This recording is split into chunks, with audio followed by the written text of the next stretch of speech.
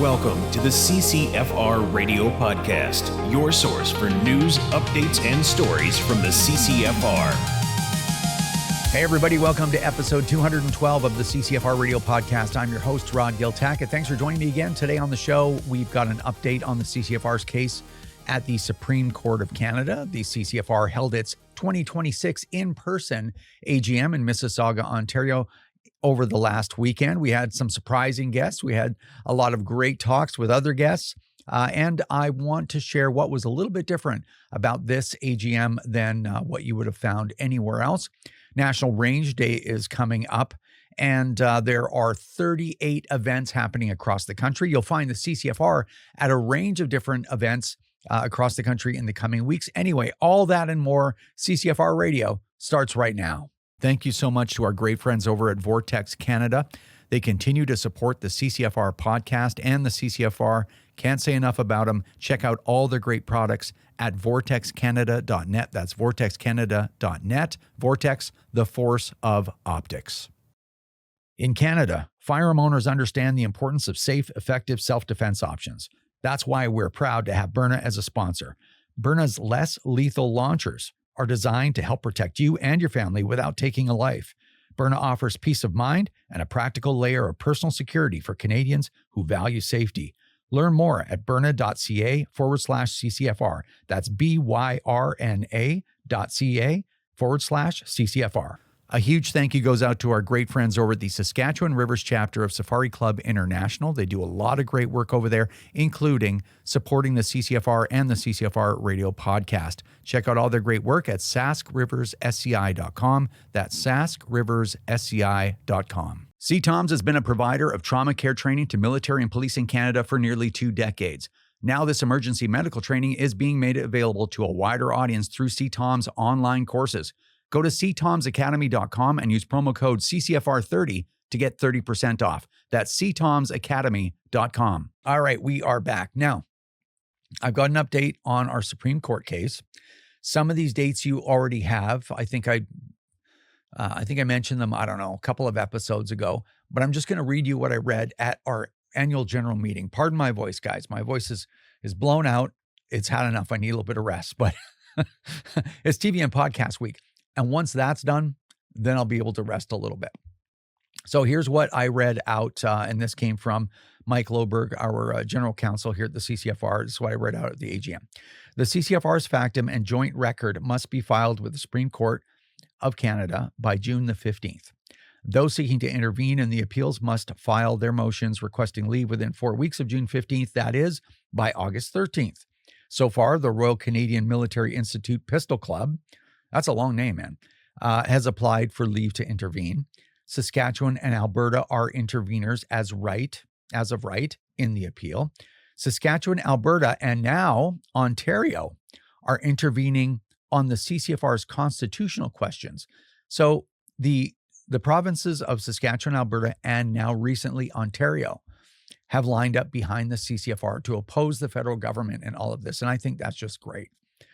And remember, right, we said this before, sorry to digress, but we said this before, never in Canadian history have we seen such a huge rejection of a government policy by law enforcement across the country, provinces, territories. Just, it's really, really incredible.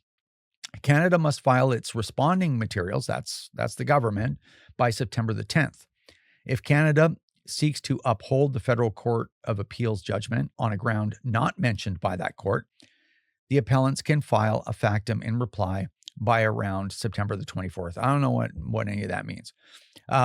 Available hearing dates depend on factors such as the court's calendar, case complexity, the number of interveners, and the backlog for a given term. At present, the hearing is estimated to occur between January and March 2027. The CCFR will have a filed copy of its factum available by June 15th or soon thereafter. Also, the court will publish a copy on its website, accessible by searching the file number 41859. 41859. So go to the Supreme Court of Canada website, search by file number, throw that number in there, and you'll find it sometime after June 15th.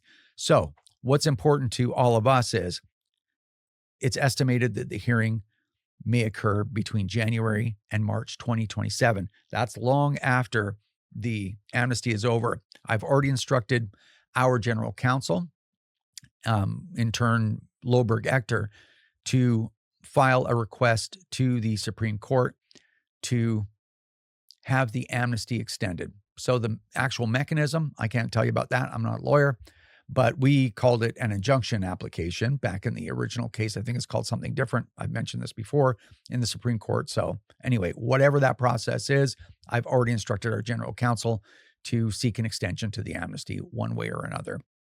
I will let you know as soon as we know something about that. But I would like to think, and I've been wrong before on this, that the government looks at who these people are, meaning the people bringing the application. They're all the productive citizens of Canada, the tax-paying, hardworking, law-abiding, vetted people of Canada, right? That's who gun owners are. And they need help from the court. They need this amnesty pushed back because this case is going to be precedent-setting one way or the other, and it is extremely important, and the consequences are huge to that amnesty running out before this decision is made. So anyway, hopefully the government will start acting like it should, which is on behalf of the productive, good citizens of Canada, not fighting against the productive, good citizens of Canada, which it has done for years, right? So I'm hoping maybe they'll be like, you know what? We waited six and a half years. I think we can wait another couple of months. So anyway, I guess we'll see, won't we? So that's that. One of the other things I just wanted to bring up really quick is, I don't know if you guys saw it, but there was this, there's this network called TVO, and I think it's TV Ontario. It's like a public broadcasting, like PBS kind of thing in Ontario, paid for by the taxpayer. And TVO had this special, and I think it was called Canada's Undeclared Firearms, if memory serves me correctly. So a big overarching question in this show was why is the buyback failing so spectacularly? Why are gun owners not participating? Like, their guns are going to become illegal. The government's offering money or whatever, right? We know the details of this. Why aren't they participating? And who did they ask the gun lobby, Canada's gun lobby, to go explain this? We represent probably 150,000 gun owners directly, right? This is like biggest, the biggest unions in the country are around those numbers, right? So would they call us and say, hey, can you tell us why your members are not, why your supporters are not participating, why gun owners are rejecting this? Nope. We never got a call. Who did they get on there to speak for gun owners? Wendy Sukier of the Coalition for Gun Control, and a police chief somewhere in Ontario who was extremely careful, walked the tightrope the whole time. So you really didn't get any, definite answers one way or the other. So I will tell you, I've been dealing with the legacy media in Canada for over 10 years. And do they spread disinformation, like intentional, inaccurate information? Like, in other words, what some people would call lies? Yeah, they do. But they don't do it very often. They do spread some misinformation, but what they do intentionally, more often than anything, is they omit information. They deplatform people. They don't offer them a platform. They don't bring the right people on. They ignore things completely. So in this case, what they'll do is they're like, oh, gun owners have a problem. Let's ask the gun control people, the anti-gun people. I want to get a better understanding of sort of perhaps maybe the failure of this buyback program in terms of the numbers that the government's expecting. Chief, help me understand, what are some likely reasons someone wouldn't report a prohibited firearm now? But are we talking, is it passive non-compliance? Is it confusion over, where it falls under? Or is this perhaps a deliberate resistance? I think the safe answer is probably to say a little bit of all three of what you are outlined or articulated there. Certainly as chiefs, we were first introduced to the concept of the buyback just over a year ago when we met first with the federal public safety minister, who really outlined the program, how it was going to work. So I think that they have tried to certainly message and inform those who are gun owners as to how the program is going to work. There's compensation that is sort of obviously aligned to the program. I think for some gun owners, those who chose not to participate perhaps didn't like the value that they were potentially getting for their firearm. Some, I think, were just never going to participate. And some, I think, just have a political position that they feel that this law is not applicable or shouldn't be put into law. And I think have just a position that this is something that the government is overstepping in relation to that. It's important to understand that the buyback was intended to be an incentive to sort of sweeten the pot for gun owners. And if they choose not to participate, that's their choice. What the gun owners are thinking, and a police chief from Ontario, right? And then when people complain, they go, "Oh, well, we already covered it. We already had this conversation with our audience. No, we don't need any other. We've already covered that, so we're not going to bring on anybody else. But we'll see." I've reached out to TVO to see if they really want to dig in and find out why this is the buyback, the prohibitions and the confiscation program that the government is calling the buyback program, why it's been rejected by police, law enforcement across the country, by provinces and all the territories, and then by 2.4 million licensed gun owners, to the point where they're only getting a few tens of thousands of guns when there are millions of these guns in circulation. They should be curious about that. Anyway, I've said this too many times, so I'm not going to go on and on about it, but it's interesting, isn't it? So we'll see. We'll see if TVO is interested in the truth and accuracy and things like that, because we're always here ready to have a mature, honest, even-keeled, polite conversation about this topic, because it's really important to all Canadians, no matter whether you own guns or not. All right, that's all I got for you now. Let's bring Tracy on. All right, we're back, and via the internet, we've got Tracy Wilson of the CCFR. Wilson! Is your voice a little tired? Yeah, it is a little tired. Yeah. So I guess if we're going to dive right in, we might as well start talking about this. The reason I'm tired, I don't know if you're tired, I would think that you are, is we had our in-person AGM this past weekend. And then as soon as I got home, I had a travel nightmare. But as soon as I got home, boom, TV and podcast week again. Yeah, So- I know. Yeah, well, I know. I was hoping to, take it easy for a couple days and get some rest. And I've been running around like a maniac too. I was at the House of Commons this morning, did an interview with Brian Lilly. Now we're recording. It's like 32 degrees outside. Whatever. This is just how it is. We just keep going. It is how it is. Yeah. Man, I don't know. Did I tell you about my travel nightmare? I heard some bits and pieces about it in our staff chat. But yeah, I think you were delayed like almost half a day. Really? Yeah. To get we showed up at YYZ in Toronto at 2 Eastern time, and I got home at 5 a.m. Eastern time. It was a 15-hour travel day to get from Toronto to Vancouver. Oh, traveling in Canada is just so great. Yeah, it was So good. It was a disaster. And I'm getting too old for that crap. I agree. Yeah, I hate the travel now too. It's not the events. The events are awesome. The people are great. It's getting there that sucks. Mm-hmm. Yeah. Anyway, okay. Well, let's get started because we got some things to talk about. We were at our annual general meeting, and it was pretty cool. It was an actual in-person one this year as opposed to what we had to do last year. Yeah, over the last 10 years, we've struggled between, COVID shutting everything down. Last year, we were kind of mourning after the election and just decided to cancel the AGM and focus on Plan B. But this year, things are a little different. We decided to have it in person.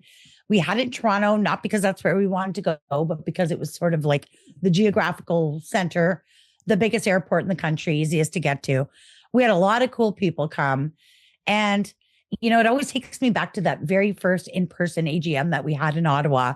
And something that somebody said to me, they said, it's like all your imaginary friends are real. Everybody that you've been talking to online and dealing with in groups and whatever, you're now just sitting there talking to each other in real life. And I don't know, the magic never really wears off for me on that. I love it. Yeah, we had all the employees there as well, which is great.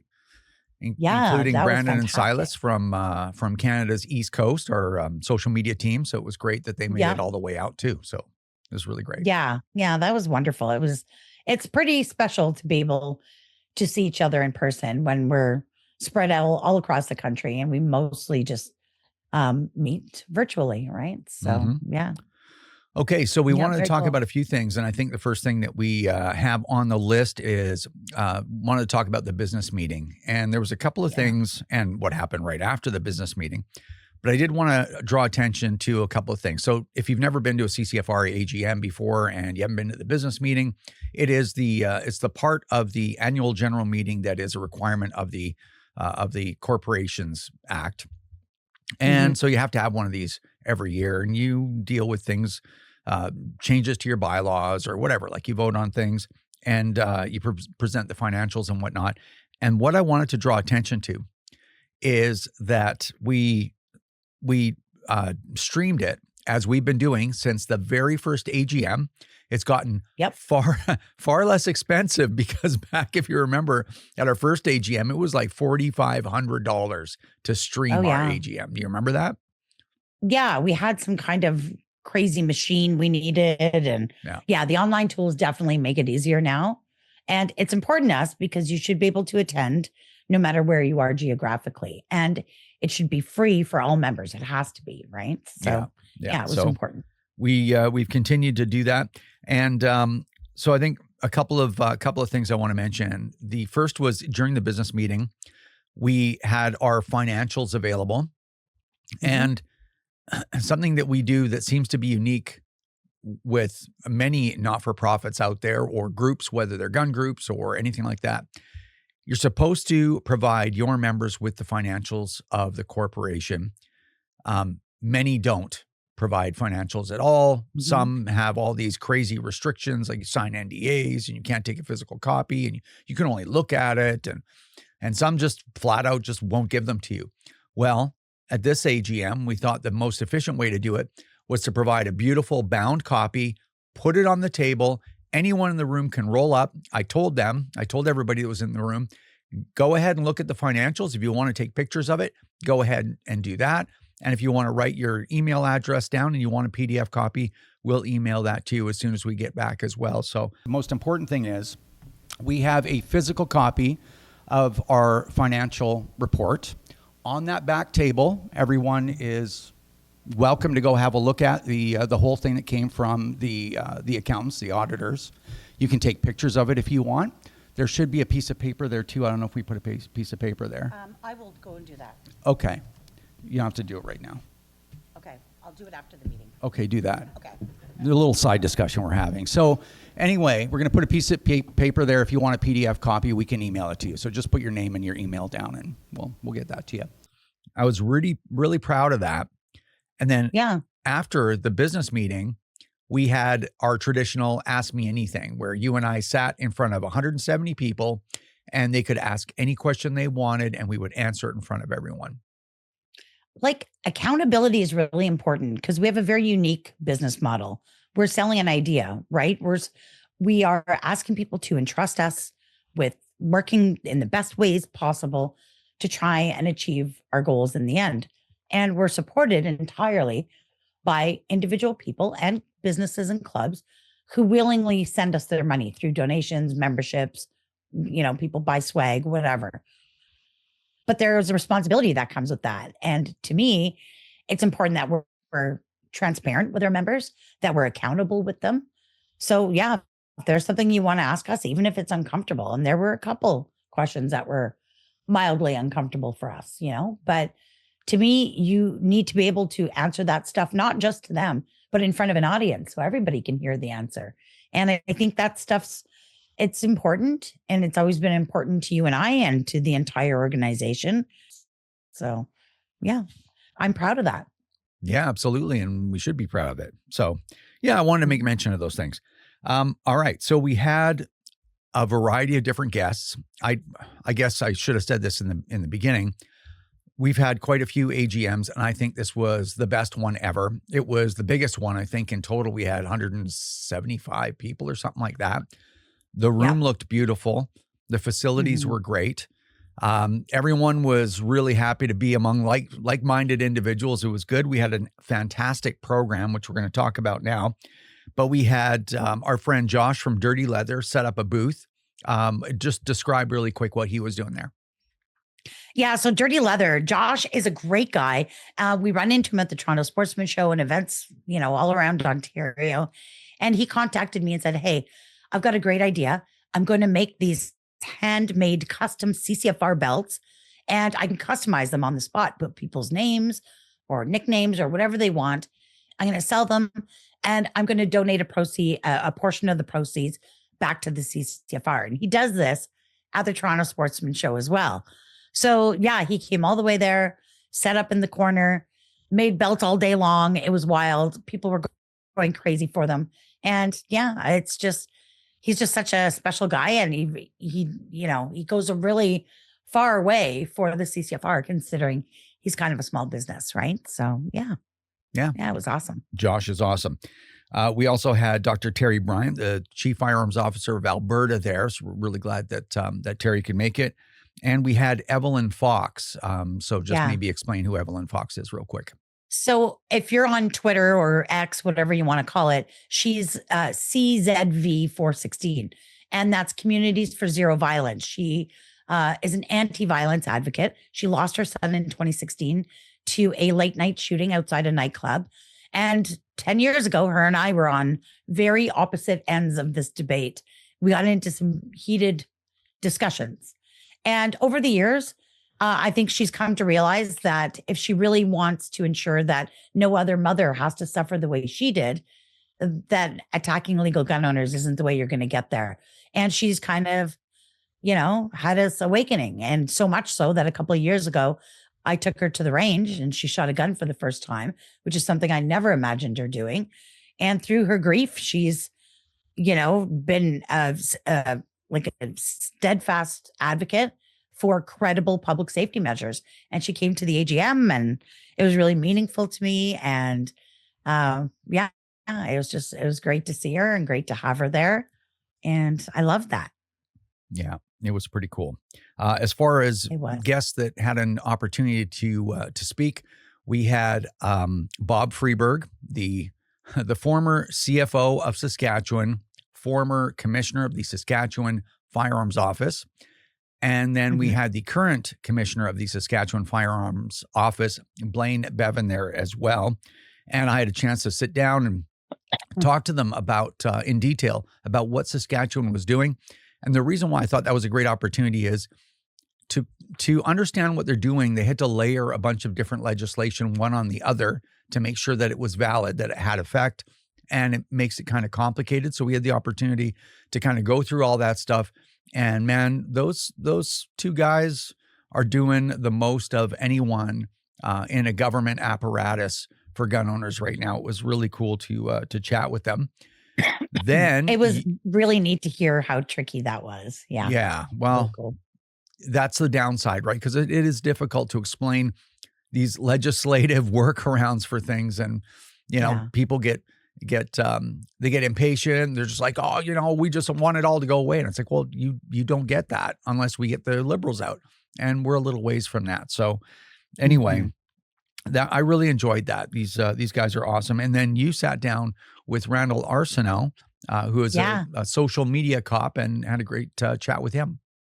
Yeah, I call him the TikTok cop because that's where I found him originally. And during the pandemic, he would do all these great videos from his patrol car. He's I think he's retired now, but he was a member of TPS. He still works with a lot of law enforcement agencies. Excuse me, but he's a great public safety advocate, just a great expert on the topic. He's also former human rights commissioner. Like, he's had some really big jobs, and he's the one who said it's sort of a testament to our organization that we've got, the mother of a shooting victim at the AGM for the gun lobby. And it's like, well, that's probably because we're the public safety lobby. But excuse me. Yeah, it was fantastic to see him. And he's just super engaging and interesting. And yeah, I think everyone really enjoyed it. Yeah. And we also had Ryan from Northern Perspective come out and do Grace for dinner. And as well, he was prepared for a speech and talked about the reasons to be optimistic and what he was doing there. It was kind of interesting. Yeah. And it was a neat perspective because he's not, well, not just a northern perspective, but he's not a gun owner, right? So he doesn't have any skin in the game, but he understands the topic enough to know that all Canadians should be concerned with this. And yeah, it was very touching. It was good. Unfortunately, we missed Tanya because she was sick, but yeah, I was happy that Ryan was there. Yeah. And then our keynote speaker was 𝐂𝐂𝐅𝐑, a friend of yours. Yeah, are you a little scratchy today? Like I'm still scratchy from the AGM. Yeah, sorry. Yeah. I'll get over that. Well, I'm struggling too. My voice is a little blown up. But you know what? Together, everyone's just going to have to bear with us. We're going to get through it. Yes. So anyway, 𝐂𝐂𝐅𝐑, she did the keynote speech, and it was really great to have her as well. It was cool. And you know what? Like I invited Sheila and she was coming. And then I got a contact from the Rebel office in Toronto, and they bought a whole table. So we had the whole gang there. Ezra was there, the whole tribe of Rebels. So that was a lot of fun just to have everybody there. And yeah, it was interesting. I really liked it. And of course, I could listen to Sheila talk all day. And her and I talk quite often. So yeah, it was wonderful. And I think we wound it up with the first public showing of the Gunny Girls documentary. And I struggled with it because there was, I think it ended up opening in Windows Media Player, and that application is garbage. It's total garbage. And it's I think it might have been a 4K file. So the computer had a hard time. Actually, it wasn't the computer. It was running it through these projectors that we had, and it kept stalling. So I had to keep moving the mouse around, which brought up all the controls. But anyway, we got through it. We showed everyone the documentary, and I think everybody liked it, right? Yeah, I think it sort of tells the story of the women's program, our humble beginnings, the controversy that shouldn't even exist, but it does. And just really good to hear from the women who participate in it. And I love these girls. They call me their fairy gunmother, but honestly, like they just mean everything to me. And they're powerful and they're awesome and they're fun and they're great advocates for our sports. So yeah, I loved it. I'm really happy you did that. Thank you. Yeah. Well, I finally got it done, and with a lot of help from our friend Grant Woods. But anyway, that's going to go on television in the first week of June, and it's going to run, I think, almost for a month. But nonetheless, we're going to move on to a bunch of events because... Oh, one last thing about the AGM. I'm going to interrupt you. We also celebrated the FO of the year, which was our good friend Mark Lafond, and I know he'll be listening. Yes, I know he's going to be listening to this, and I'm so happy he was dressed up. He wore his best cowboy hat and his best pair of jeans. He just looked awesome.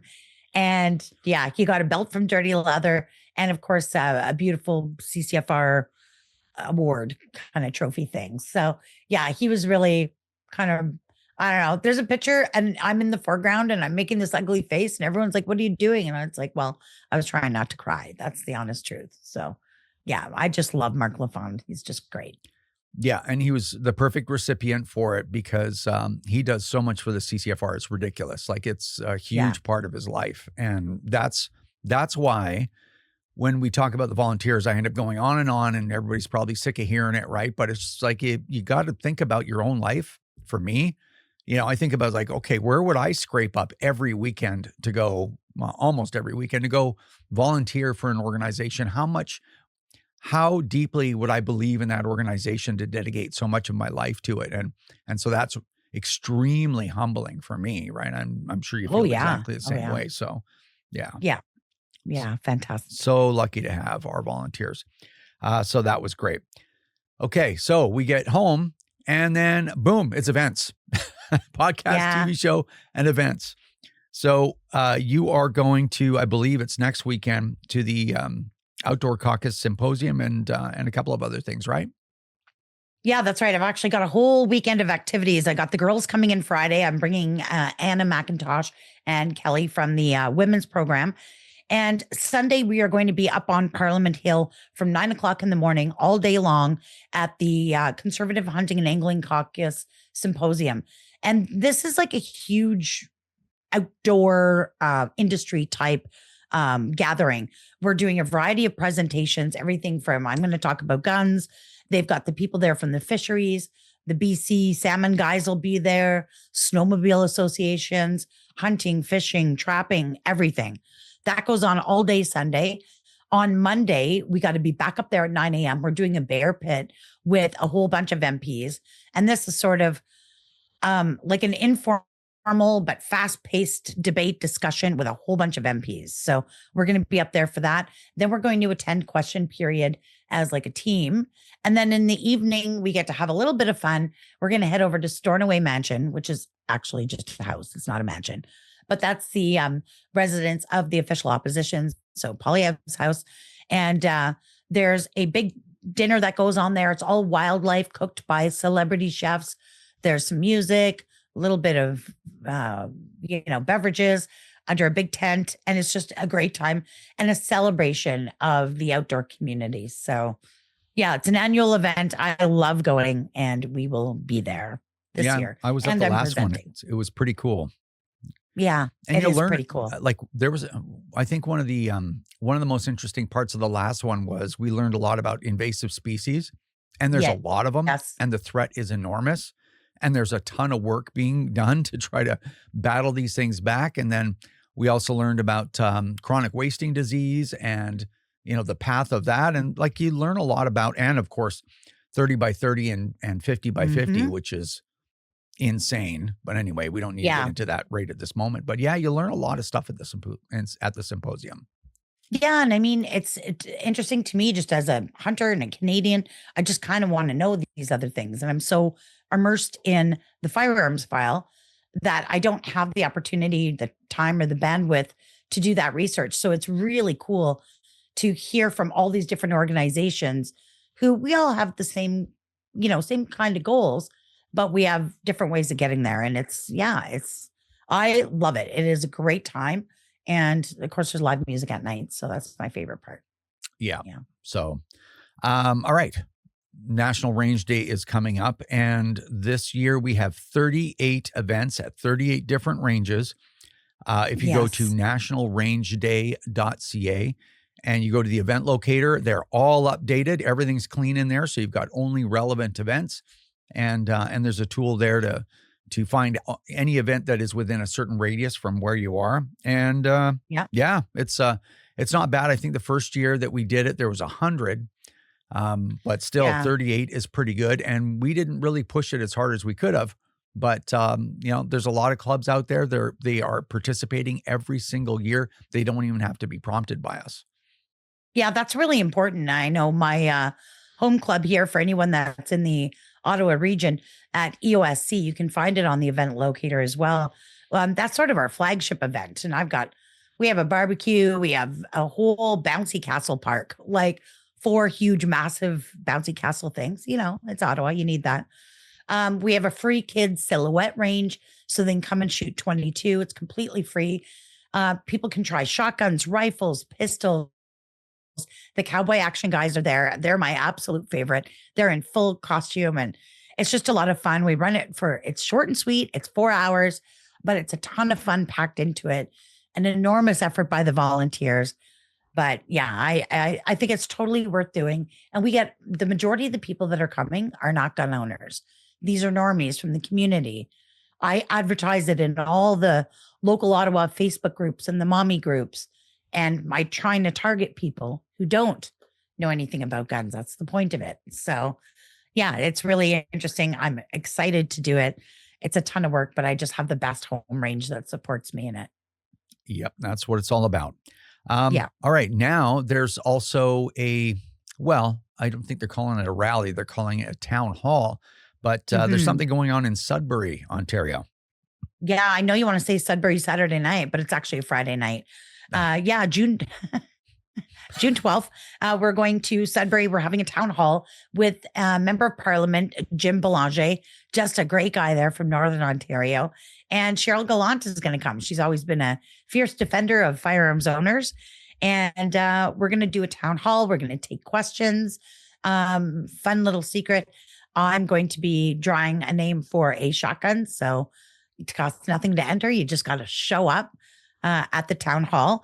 and I'll send you a shotgun. So it should be a lot of fun. This is sort of a rescheduling of one that we had canceled just when the Tumbler Ridge tragedy happened. There was lots of stuff going on for the MPs to do, so we had to cancel it. But it's back on June 12th. You can find it on my social media and follow Jim Belanger. You'll find it there too.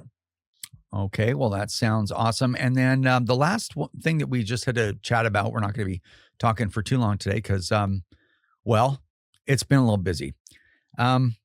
Is we've been talking about this the retail buyback, the assault style firearm compensation program / confiscation program. The aspect of it that is for retailers, there was a story kind of floating around that these retailers were getting emails, and the email says, "Hey, we're from the buyback, center or whatever.